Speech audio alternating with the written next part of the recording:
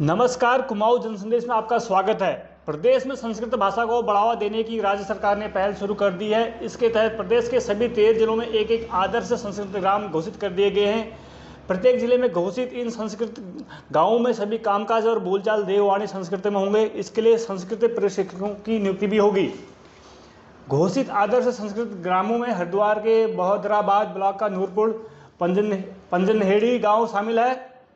इसी प्रकार देहरादून के डोईवाला ब्लॉक में भोगपुर, उत्तरकाशी के मोरी ब्लॉक में कोट गांव, चमोली के कर्णप्रयाग ब्लॉक का डिम्मर गांव, पौड़ी के खिरसू ब्लॉक का गोदा गांव, रुद्रप्रयाग के अगस्त मुनि ब्लॉक का बैजी गांव शामिल है।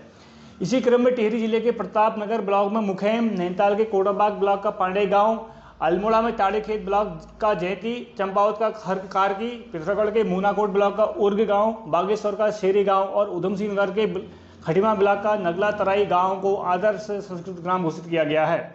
प्रदेश भर में घोषित इन आदर्श संस्कृत ग्रामों में सभी ग्रामीणों को संस्कृत भाषा का प्रयोग करने के लिए प्रोत्साहित किया जाएगा। साथ ही विभिन्न संस्कारों के अवसर पर वेद, पुराणों और उपनिषदों की ऋचाओं का पाठ किया जाएगा। साथ ही इन धार्मिक व सांस्कृतिक आयोजनों के अवसरों पर महिलाओं के द्वारा संस्कृत भाषा में गीत गायन भी किया जाएगा। इन सांस्कृतिक ग्रामों में आपसी समरसता को बढ़ावा देने के लिए अनुसूचित जाति एवं अनुसूचित जनजाति के अधिक से अधिक बच्चों को संस्कृत पढ़ने और उनकी प्रतिभागिता बढ़ाने के लिए प्रोत्साहित किया जाएगा। राज्य सरकार संस्कृत का अभ्यास कराने के लिए केंद्रीय संस्कृत विश्वविद्यालय नई दिल्ली के अंशकालिक संस्कृत प्रशिक्षक एवं सहायक प्रशिक्षकों की तैनाती करेगी।